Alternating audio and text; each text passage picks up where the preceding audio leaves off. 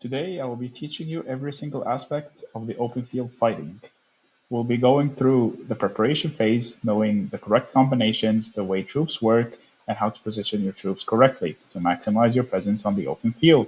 So stick around as we'll be going through all that and more.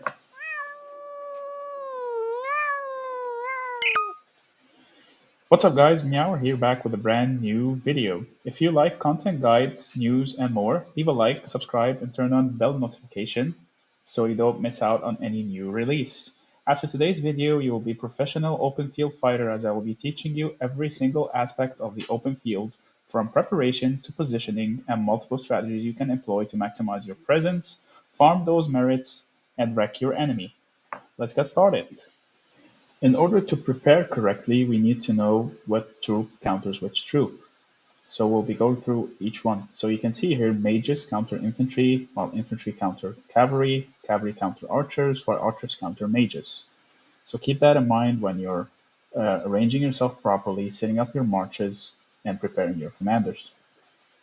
Second of all, when preparing, know which commanders you have, what they're best suited for, and preparing the necessary artifacts they have equipped on them. So, for example, I have here my Nico, and sometimes I pair him with Guanwin, sometimes I pair him with Greg, and sometimes I pair him with Kinara.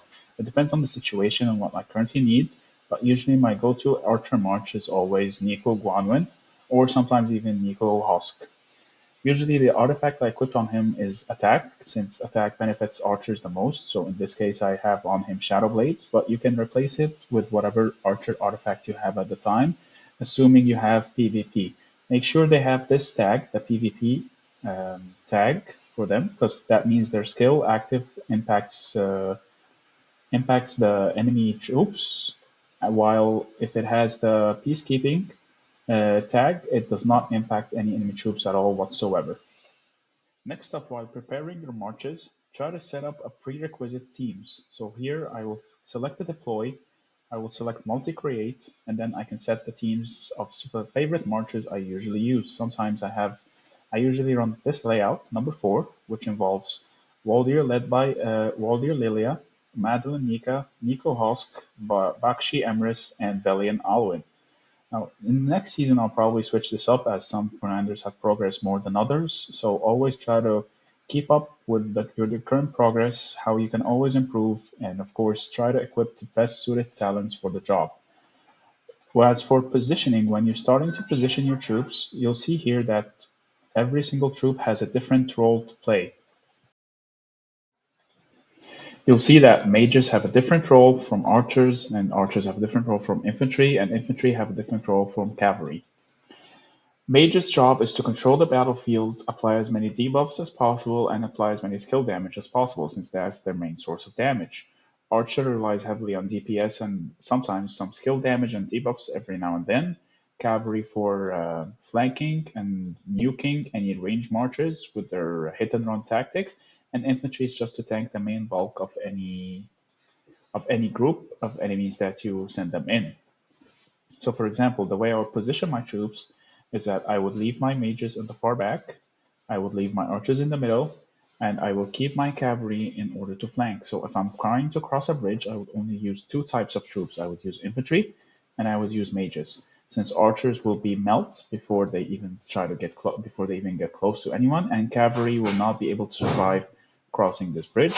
So only infantry and followed by cover fire from the mages will be able to cross the bridge, since these two share the best combination tactics together.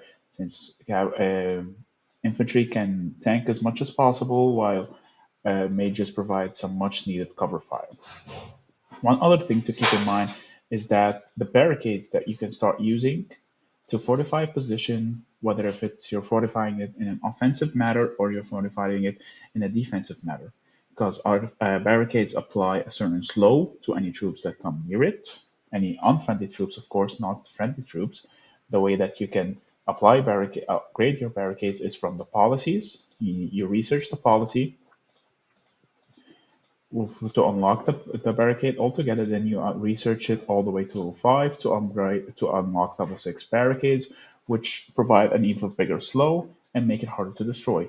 Now, there are flying units, but right now, since I am using the League of Order and the current flying unit commander roster, which only involves Thea and Atheist, which are not that good, so I'm using my flying Celestials along with Valiant and Alwyn, though I will switch up my marches for next season since I'm gonna be expertising, or rather awakening Valiant pretty soon, as soon as I'm done with my current commander that I'm working on, which should be Nika. However, that's a topic for a different story, a different video, I mean. But normally you could use the flying marches for a certain tactics such as flanking or raiding. But I'm not a fan of using flying units in this current stage of the game. They are good. Don't get me wrong, they are good in the early game, but later on their uses kind of fall off since their commanders are not as good. Especially Thea is pretty underwhelming, and so with Atheist. So they are not as good and not as reliable as you would think later on as the game progresses. Now, one thing to keep in mind is to always keep the intercept mode on for your infantry. What the intercept mode does is that it blocks the path of any non-friendly legions. What this means is that it stops them in the tracks, unable to progress. So if you play the Dragon Trail often, you'll notice that the intercept mode usually works on PvE automatically since it stops them from progressing and it stops them from going back to your frontline troops. So if you're in a big fight and you see the enemy's the cavalry march walking towards you, what you should do is keep the intercept mode on and try to intercept them with your infantry.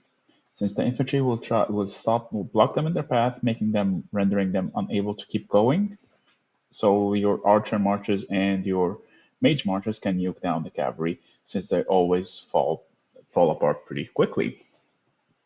The Cavalry playstyle is a special one, which I don't recommend for any novice player to go for, but the Cavalry is all about hit and run, going in, dump your skills, activate your artifact skills, go out, wait a while, then go back in. This is also emphasized more from this skill, sorry, this skill, which makes it so that the Cavalry March gains a move speed burst, rushing to the ranged region, and then the moment you collide with the ranged region, you instantly activate a rage skill, making cavalry especially deadly to ranged marches should they get in range of them. So always try to keep an eye out for the cavalry. And one more tip, which I would advise you heavily, is to learn to play on the bird's eye view. This bird's eye view lets you see the map clearer, allows you to witness the map from a clearer perspective and makes it so it's harder to flank you. Since if you're looking out from this far away or even this far away, you can see every single march around you and making it especially hard to get flanked from behind. So you can see here if I'm looking like this, I'm right here on my screen. At the same time, I can see the enemies or a non-friendly marches standing right over there. I can see them immediately. I can react if they're coming closer, and I can group my marches and walk away. Now, how do you counter a fortified position? The way you counter fortified position is by rallying. Now, you would ask me, but MEOWER, what would a rally do against a fortified position? Well, that's why I'm here. What you can do is, for example, if this bridge is heavily fortified by many marches, what you should do is go back to your city, prepare a cavalry rally, and for example, have one of your alliance mates target this. Prepare an infantry rally, have one of your alliance mates target another fortress, and then group up the rally capacity all the way to the max. So, for example, if I have a 2 million rally capacity, what I would do is that I would fill up the march completely full, and then have my allies fill it up. I will march, I will walk past it, and I will try to escort the rally because you can block a rally without engaging with it in combat, rendering it completely useless. So if you have the intercept mode on and someone launches a rally, what you can do is just walk in front of it without being aggroed or being in combat, and it will hold the rally in place. So that's why you should try to keep a few marches here and there to escort the rally while it walks, because if the enemy attacks the rally with their normal troops, the counterattack damage from the rally and the skill damage will be way too much, then they will instantly wipe out every single march around it, and it will not even be close. So if they try to intercept it, try to get that march that's intercepting into combat, since it will trigger the rally to attack it. If you fail to do so, the rally will be held down. Thus, you have two options: try to rescue it, or just disband and take the casualties if you're not in the most favorable position. This is why you should always try to watch your surroundings and try to keep a bird's eye view so you can see if the enemy is preparing to intercept the rally and launch a counter rally of their own. Because if they do so and intercept it, it's not going to be able to march. And if you lose a foothold here and you are not able to actually make the enemy's march in combat, you're going to lose out on a lot. So that's how you could counter a fortified position. Launch rallies. Once your rally is deep enough, you can just disband and then wreak havoc by a couple of infantry marches here, a couple of cavalry marches here, and then supported by an archer rally, and then full-on mage march group. One more thing to keep in mind is the artifacts. Now, artifacts can make or break a fight, especially the big artifacts such as Phoenix Eye, Kingslayer, Shadow Blades, and Greymar's Hammer. In my opinion, these four are some of the most impactful. Now there's also the Breath of Gigantus, but I sadly don't have it yet. But it's also one of the most impactful artifacts, and so is Viola's Bow, because they all have a certain, whether they do insane amount of damage, they have an execute, or they stun, silence, or just apply a massive defense break. Tear of Arbon is also really good. However, it's very niche in that it's good, but there are better options. But if you only have that and another one, then I would definitely recommend equipping both of them, since you're going to be running two mage marches anyway, which is the most recommended setup because it's the easiest setup to do. I don't recommend having two cavalry marches, such as when you're running the Spring Warden faction. You're going to end up with Eagles and the Spring Warden Cavalry, which is pretty lackluster since you only have really two very good cavalry commanders, and that's it. You can't really flex anything else. And also for the orcs, an argument can be made for the Wilderberg faction to utilize Wyvern Riders and the regular spearmen. However, I do not recommend that either because the archer commanders are, well, they're really good.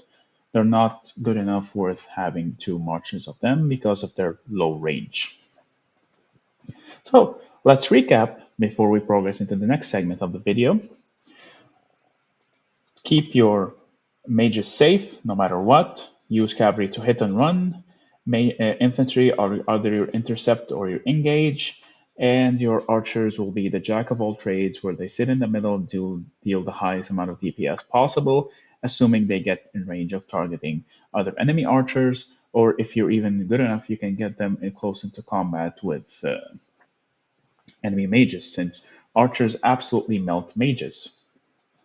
Now, next up, I will teach you how to fight properly.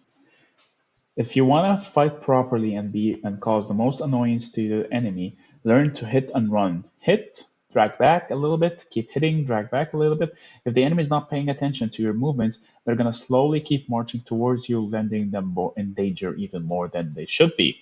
They're going to end up overextending, and with that overextension, you'll be able to melt them completely. So if I'm going to keep hitting, running a little back, hitting, running a little back, hitting, running a little back, they will be slowly but surely, they're going to be caught out of position and they'll end up getting melted. Some general tips to keep in mind though is try to always fight with at least 2 or 3 marches. Don't try to fight with all 5, since you'll just be wasting your troops and you will not be able to micromanage your troops correctly. So try to fight at least with 2 types of troops at any given time. For example, you're going to fight with both mage marches and a single infantry march, or both or 3 ranged marches. Don't try to exceed that, because going further than that will just be overkill, and you will not be able to micro your troops correctly. Dragons is a marathon, not a sprint, so try not to waste any troops at the get-go, at the beginning of the fight, because after a little bit you'll be completely out of the fight. And the moment you see your troops start falling below, say for example 60% of your march, do try to refresh it as soon as possible, because you're just going to start taking unfavorable trades while you waste your troops, put them in the hospital, give your enemy free merits, and you will not be as effective as you should be. Now, this does not apply for T5 players, but this is a good rule of thumb to get accustomed to, because it's a really good habit to get into to constantly refresh your troops. However, don't overdo it as well, because there is the stamina system that will kick in and eventually lock you out of maybe your city. So try to find balance between both. As you fight more, you learn, you gain experience, and you'll be able to judge when you should engage, when you should disengage, and when you should hold your position, wait for your allies, and no matter what, don't go solo. Call of Dragons is not a solo game. You cannot just go Rambo mode and wipe out the enemy marches. You need your allies back up with you. You need multiple range marches. You need a mix of both. The best way to go about it is to work together with your allies, or work together with your alliance and your union allies, and move together as a team. If you do not do that and the enemy does that, sooner or later you find yourself overwhelmed. No matter how many T5 players you have, no matter how much power you have, a single whale cannot carry if they're playing incorrectly. They're going to have favorable trades, yes, but over time their effectiveness is going to get lower, because you can't just go solo, everyone. So please, fight smart, pick your fights correctly, and best of all, enjoy the game. If you like this video, leave a thumbs up, don't forget to subscribe, and look forward for the next videos, because I will be overhauling my commander series, going in depth in each and every commander, because this season has changed my perspective a lot on all the commanders and their talents. So look forward to that, and leave a subscribe, and don't forget to subscribe so you can know as soon as I upload those videos. And I will see you in the next video. Meow meow.